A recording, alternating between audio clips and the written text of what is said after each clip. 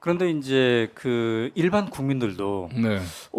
지난 1년 동안을 봤더니 이러다가 뭔가 큰일 나는 거 아닌가? 이런 불안감을 적지 않게 느끼고 있는 것 같습니다. 큰일 나는 건 어떤 뜻으로 얘기하시는 거죠? 윤석열 이 대통령 한테 계속 맡겨 놓았다가 그랬다가는 이 나라가 큰일 나겠구나 이런 이미 큰일 나고 있잖아요. 걱정을 큰일 나겠다가 아니라 큰일이 지금 그렇군요. 현재 진행으로 나오고 있어서 아주 심각하게 심화되고 있는 과정이죠. 그래서 네.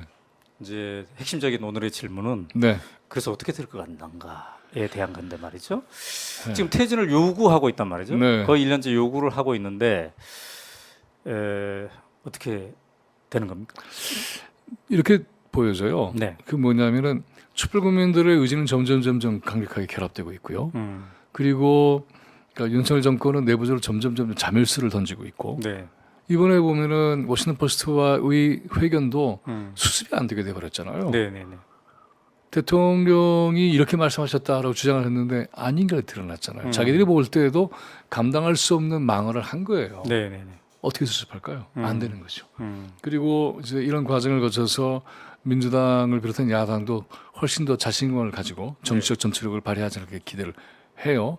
그리고 또 하나 우리가 이제 주목해야 할 것은 뭐냐 하면은 비상시국회의가 제안이 돼서 거기에 이제 여러 이 시민들과 운동단체들 하나씩 호응을 하고 있어요. 네. 그리고 또 보다 결정적으로 지금 상황이 바뀌어진 것은 천주교회 정의구현 전국 사제단이 정식으로 네. 지난 3월 26일 전주에서 선포하지 않았습니까? 그렇죠. 퇴진운동 하겠다. 전국을 돌겠다. 이렇게 했고 참 감사한 것이 네. 촛불행동을 이렇게 거명을 해주시면서 함께하겠다. 저희들도 호응을 했고 또 대학가가 지금 뭐 보통 일이 아니잖아요. 네. 그래서 저희들이 보기에는 이렇습니다. 이렇게 되고 있구나.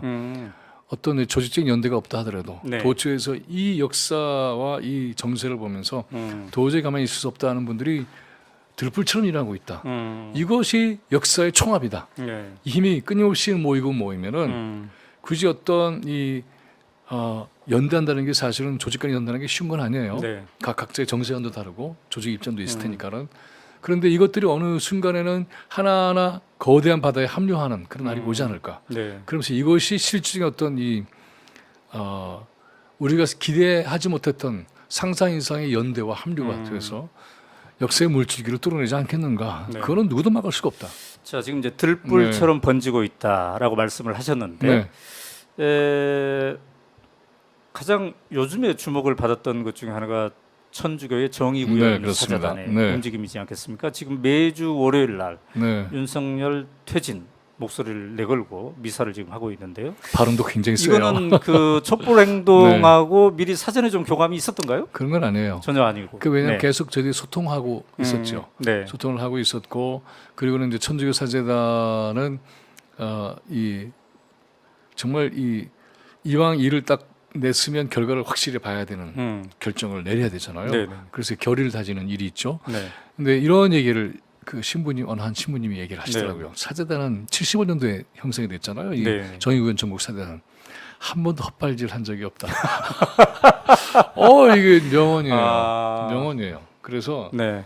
이 보면은 이제 전주에서 시작을 했고 이제 혹시 뭐 보신 분들은 아시겠습니다만 당시 이제 대표이셨던 김영식 신부님하고 저하고 네. 정말 뜨겁게 포옹을 하고 네. 네. 결의를 다졌던 그러한 장면이 연출이 됐는데 네. 그 이후에 이제 서울에서 시작을 하면서 전국을 좀 돌고 있지 않습니까? 네. 근데 돌고 있는데 이 신부님들의 발언이 이게 상상이 이상해요. 거의 뭐 지금 폭탄을 던지듯이. 네, 화면에 지금 네. 나오고 있습니다. 네네. 사실 오마이TV가 정의구현 사제단 분들 때문에 더 네. 바빠졌습니다.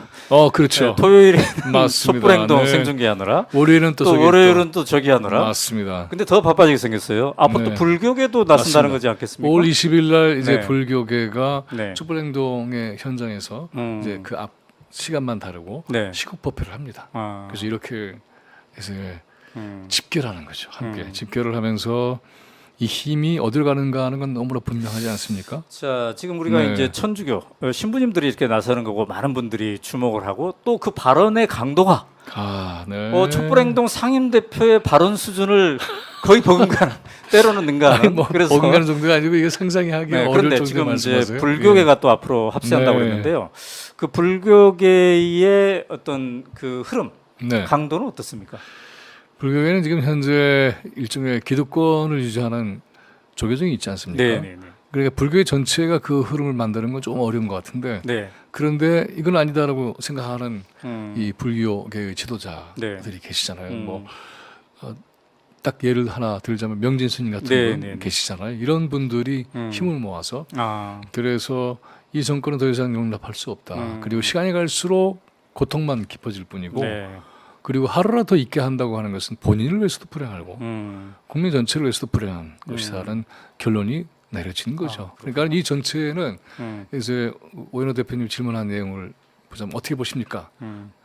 끝난 거죠. 네. 끝난 거다. 네.